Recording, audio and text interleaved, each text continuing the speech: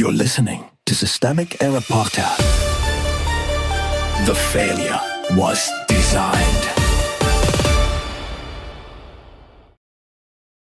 White House whistleblower says Trump's new plot against midterms already doomed, based on an article by Adam Lynch.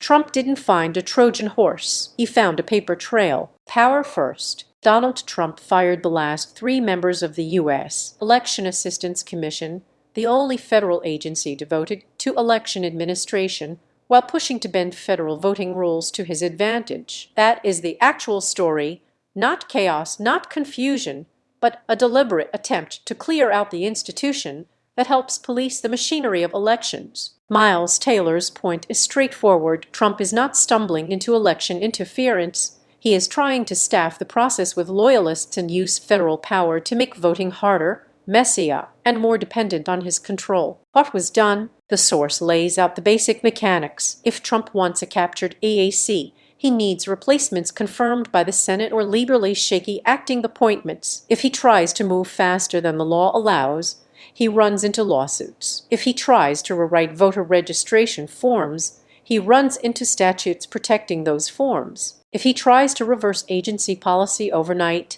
he runs into the Administrative Procedure Act and the standard doctrine against arbitrary and capricious action. That is not bureaucratic trivia. It is the field on which power is contested. Trump is trying to turn an administrative body into an election weapon.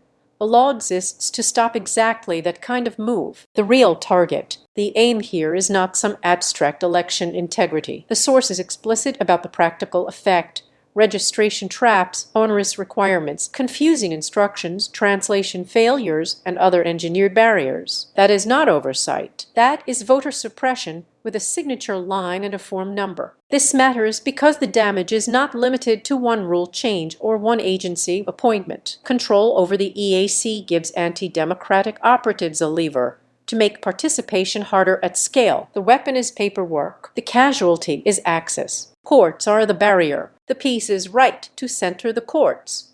Because they are the current institutional break, Trump has already lost in court on related efforts. A federal judge in Washington permanently blocked his 2025 executive order and proof of citizenship mandate, and another federal court struck it down in a suit brought by 19 states. That is the part authoritarian operators hate most, not criticism, but delay, process, and legally enforceable limits. Trump's style of politics depends on speed, intimidation, and administrative capture. Litigation slows all 3. The source is also correct that plaintiffs, state attorneys general, and legal groups are already preparing. That is not faith in the system.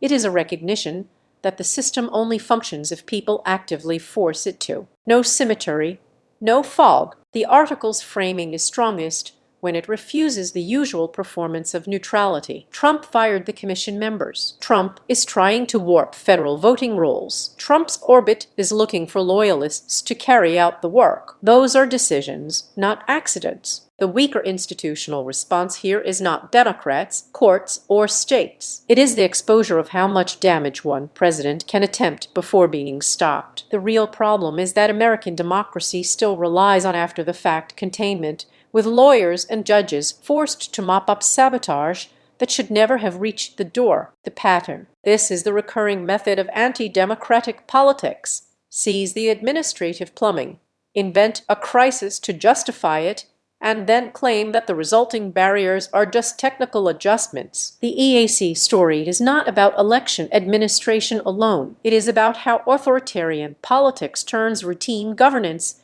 into a site of manipulation, then hides behind procedure while doing it. Trump's plan may fail in court. That does not make it harmless. It proves something uglier. The machinery of the state can be weaponized even when the law is still strong enough to resist. The task is not to admire the resistance. It is to name the assault for what it is and understand how much damage a president can try to inflict with nothing more exotic than firings, loyalists, and a stack of forms. You've been listening to Systemic Error. Thanks to AlterNet for today's article. With the automated voice of LJ, thanks for listening.